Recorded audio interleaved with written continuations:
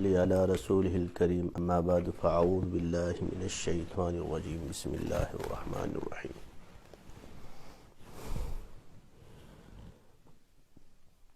میرے واجب الاحترام سامعین و ناظرین اور ساتھیوں، السلام علیکم ورحمۃ اللہ وبرکاتہ۔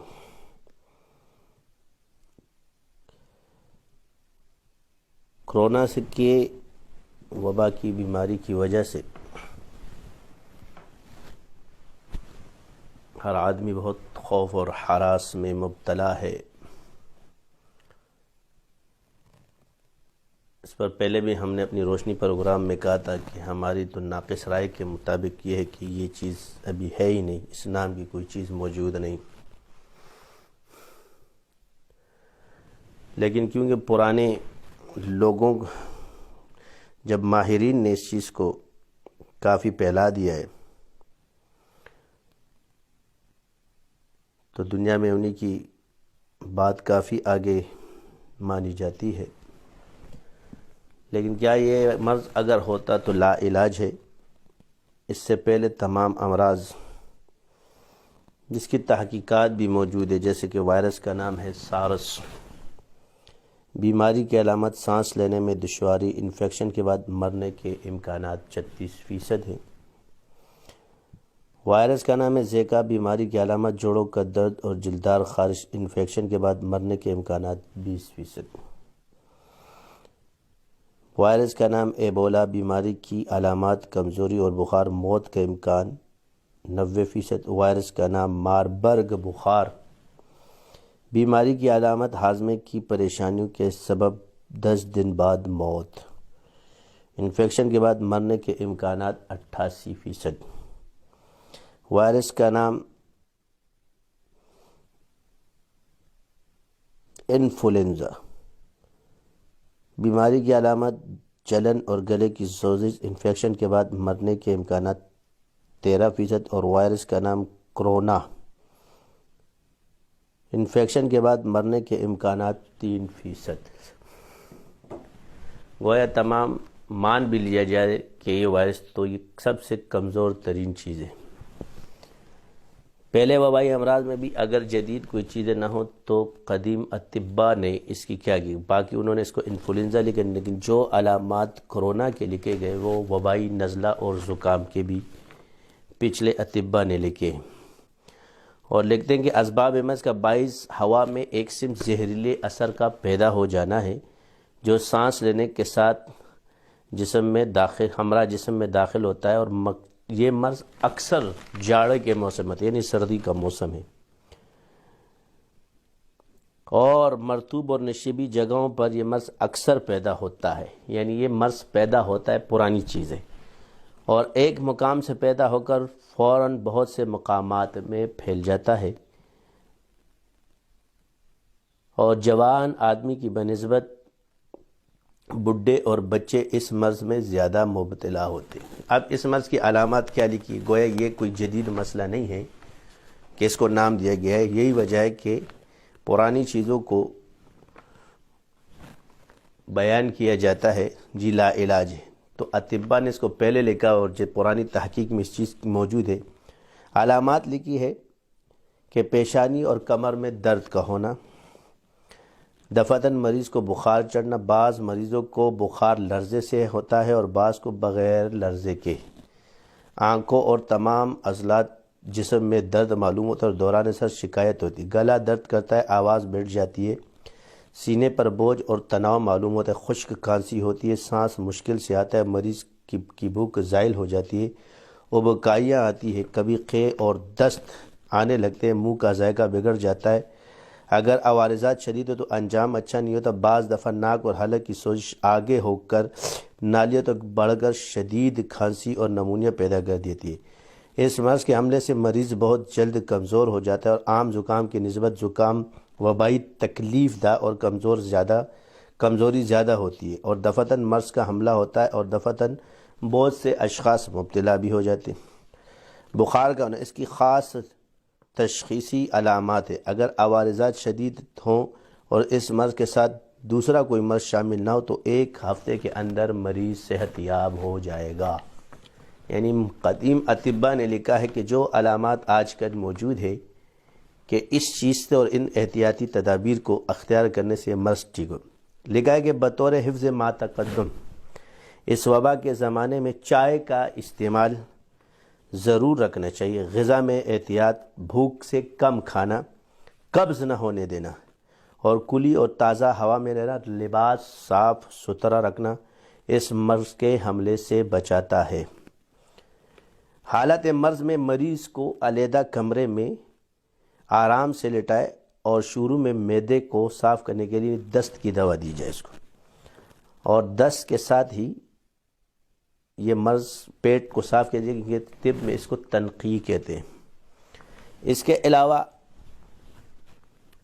انسان جو ہے نیم گرم پانی جو ہے نمک کے ساتھ گرم کرے، اس کو ایک ناک میں یوں ڈالے، اس طرح سے نکالے اور ادھر سے نکالے اور غرارے کرے. 10-15 منٹ تک نیم گرم پانی نمک کے اندر اپنے پاؤں کو رکھ کے اس کو دھوئے. اس کے بعد تھوڑی سی وکس اس پہ لگا کر کے موزے خود پہن لے اور ناک میں بھی لگا لے. شربت خشخاش، شربت بنفشہ یہ لے لے. اور اس سے ایک اگر یہ چیزیں نہ ملے تو آسان سا طریقہ یہ ہے کہ کالی مرچ، بادام، شہد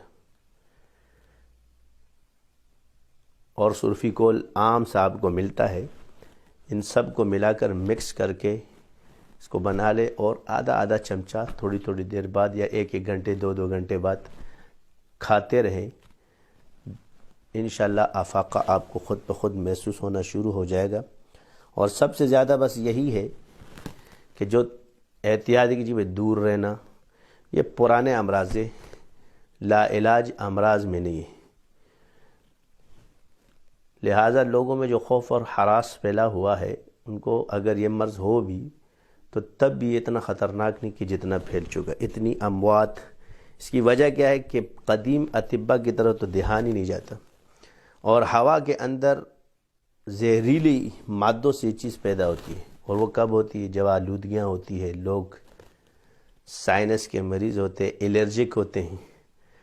اور ہم لوگ جو پرفیوم وغیرہ جو بھی استعمال کرتے ہیں، یہ سب الکوہل وغیرہ سے تو الرجک ہے. انسان کی تقلید سے فوراً الرجی ہو جاتی.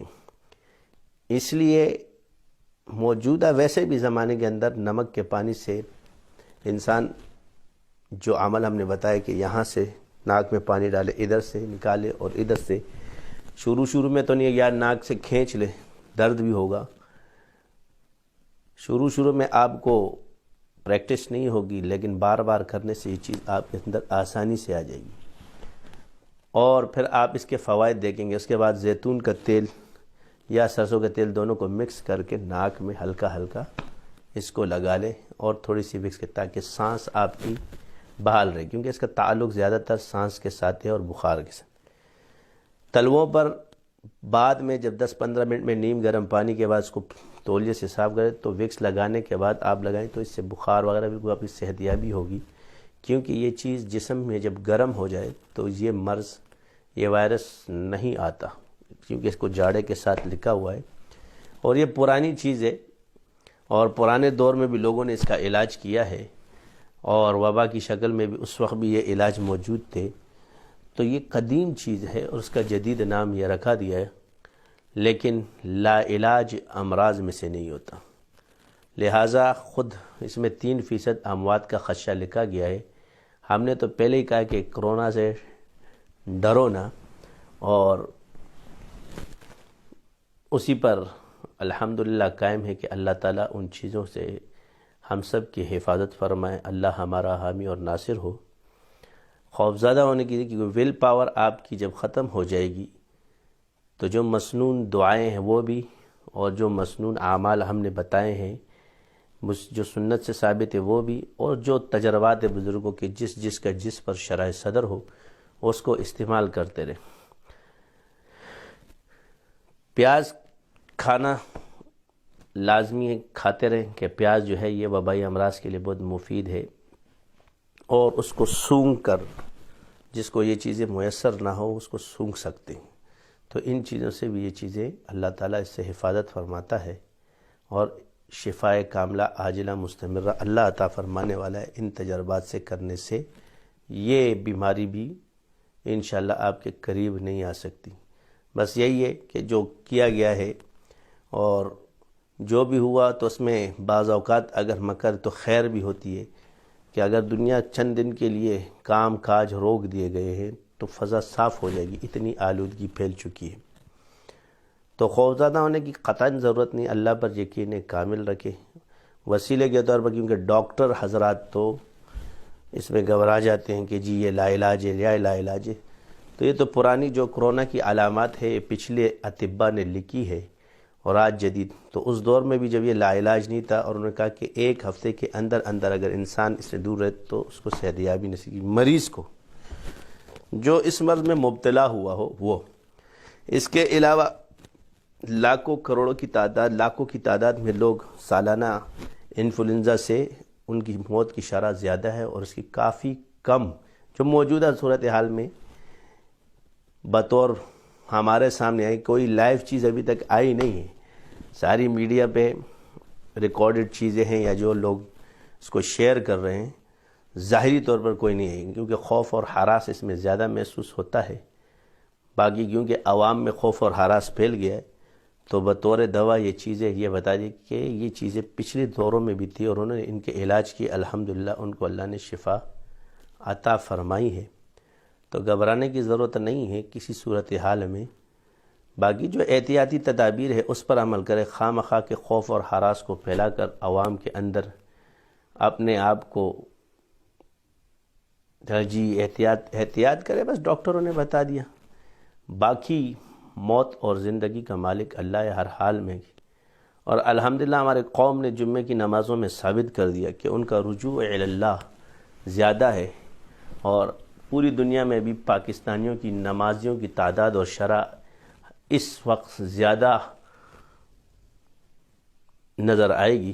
جمعے کے اجتماعات میں، جمعے کی نمازوں میں اس دفعہ لوگوں کی آمد زیادہ رہی، حالانکہ کافی دنیا میں کعبے کے اندر لوگوں کو روک دے گا، لیکن اللہ کے فضل و کرم سے اس ملک کے اندر لوگوں نے رجوع الی اللہ کا، اور اس ملک کے ساتھ ایک خاص فرق ہے کہ آپ علیہ السلام کا فیض اس ملک پہ ایسا جاری ہے کہ لوگوں کے اندر خوف اور ہراس نماز کے دوران نظر نہیں آیا، اور لوگوں کا اجتماعات اور جمعے کی نمازوں میں تعداد زیادہ نظر آنا اس بات کی طرف صاف صاف اشارہ ہے کہ ہمارا رجوع الی اللہ ہو جاتا ہے، جو کہ دنیا میں کہیں نظر نہیں آئے گا۔ اور الحمدللہ یہ بھی تحدیث نعمت کے طور اگر دنیا میں کہیں بھی اس وقت وہ تعداد ہوگی تو اس ملک کے لوگوں کی زیادہ ہوگی، اور کسی صورت میں نہ گھبرانا۔ یہی آپ کی بقا کا ذریعہ ہے کہ اللہ پر ہم ٹوٹے پھوٹے لوگ ہیں، مگر اللہ پر ہمارا یقین ہے، کمزور ہی صحیح مگر ہم نے یقین اپنے رب پر کیا ہے۔ اللہ ہمارا حامی اور ناصر ہو۔